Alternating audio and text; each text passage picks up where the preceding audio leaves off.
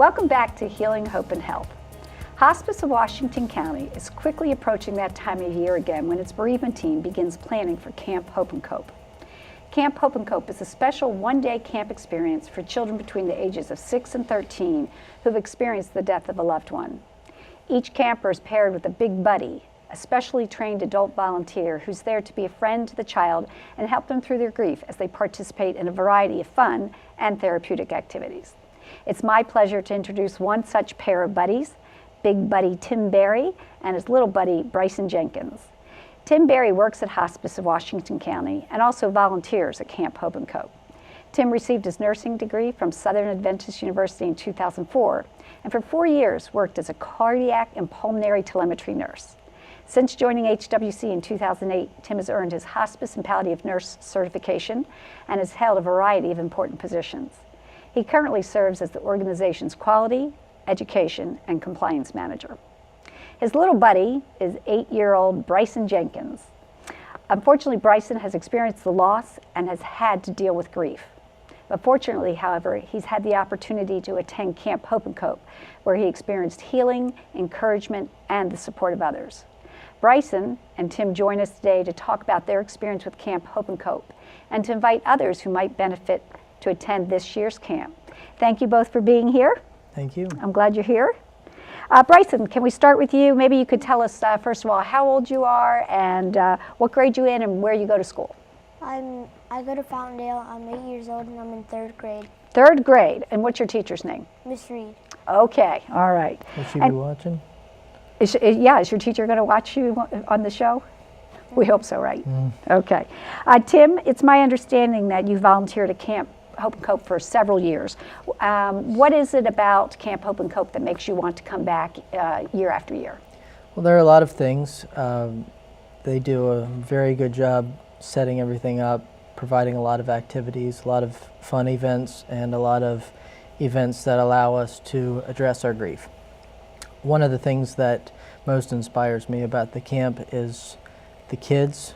They're very mature, surprisingly mature sometimes, when they both talk about what's going on in their lives and their loss and how they're coping, and also when they listen to other kids talk about what's happened with them. Yeah, I know I got to participate one year and was really moved by the support that the kids gave to each other. It was wonderful. Tim, when and where is the camp and when are camp applications due? Well, the camp will be August 19 this year. It will be at Mount Etna Camp and Retreat Center, and the applications are due on July 25th. Okay, perfect. Bryson, can you maybe tell us about the special person in your life that you went to camp to talk about and to be able to learn to cope with that sadness? My mom and my dad. You lost both your mom and your dad. And do you want to say anything about how the camp helped you, or? It helped me by sharing the thoughts of what I have been going through. Past out these couple years. And is it hard? Not too many kids have lost their mom and their dad, so did it help you to maybe connect with other kids who could also understand what you were going through? Yeah. Yeah. Did you make any friends there? Yeah? Can you say some of their names? I forgot. I thought it was I thought I made a friend. His name was Christian, I think. Good. Tim, can you share a little bit about the big buddy, little buddy dynamic in that experience? Well, the little buddies, of course, have all experienced a loss, and it's very helpful for the big buddies to provide emotional support for the little buddies.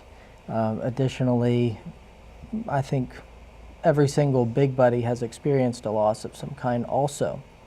So in addition to being supportive of the kids, it allows the big buddies an opportunity to recognize where we are in our grief process, and the little buddies help us too. That's great. Bryson, Tim said that you helped him.